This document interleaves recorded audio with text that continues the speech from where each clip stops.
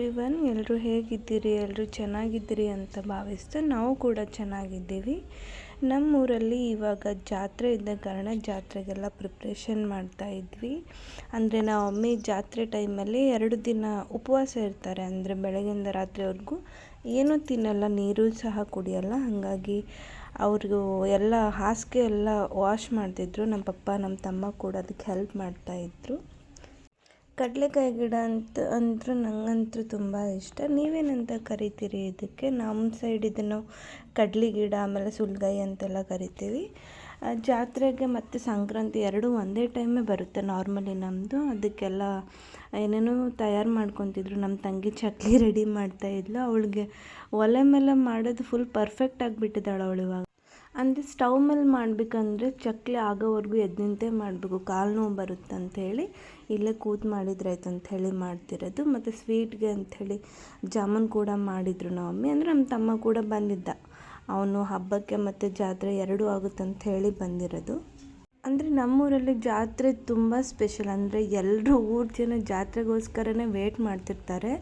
ಈ ಜಾತ್ರೆಯಲ್ಲಿ ಕುಂಭಮೇಳ, ಆಮೇಲೆ ಕುದುರೆ ಕುಣಿತ, ಗೊಂಬೆ ಕುಣಿತ, ನಾಟಕ, 1 ಮಂತ್ ಮುಂಚೆನೇ ಪುರಾಣ ಅಂತೆಲ್ಲ ಇರುತ್ತೆ ಅದು. ಹಾಗಾಗಿ ಊರ ಜನರಂತರೂ ವೇಟ್ ಮಾಡ್ತಿರ್ತಾರೆ ಇದನ್ನು.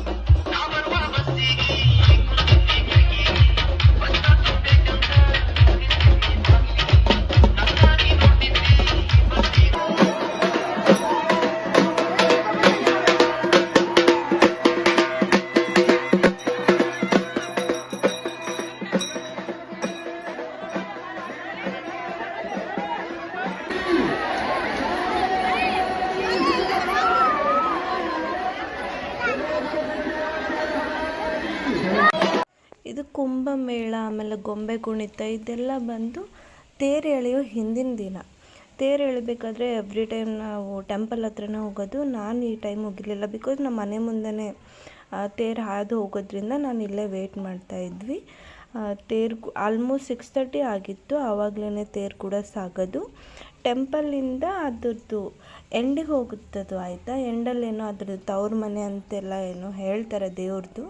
ನೀಲಗಂಗಾಂಬಿಕದ್ದು ತವ್ರ ಮನೆಗೆ ಅದು ಹೋಗಿ ಅವಳು ಹೋಗಿ ರಿಟರ್ನ್ ಬರ್ತಾಳಂಥೇಳಿ ಈ ಜನರ ವಾಡಿಕೆ. ಸೊ ಟೆಂಪಲ್ಲಿಂದ ಒಂದು ದಂಡಿಯಿಂದ ಇನ್ನೊಂದು ದಂಡಿಗೆ ಎಲ್ಲ ಜನರು ತೇರು ಸಾಗಿಸಿ ಅದು ಎಂಡ್ ಮುಟ್ಟಿದ ಮೇಲೆ ಅಲ್ಲೂ ಕೂಡ ಪೂಜೆ ಮಾಡಿ ರಿಟರ್ನ್ ಮತ್ತೆ ಟೆಂಪಲ್ಗೆ ತಗೊಂಡು ಹೋಗೋದು.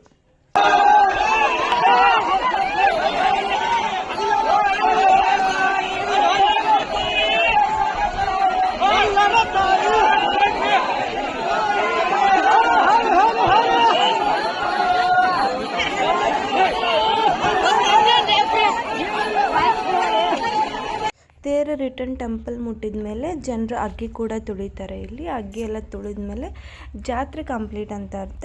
ಹೇಗಿರುತ್ತೆ ನಮ್ಮೂರ ಜಾತ್ರೆ? ನಿಮಗೂ ಕೂಡ ಇಷ್ಟ ಆಯಿತು ಅಂದ್ಕೊತೀನಿ. Thank you.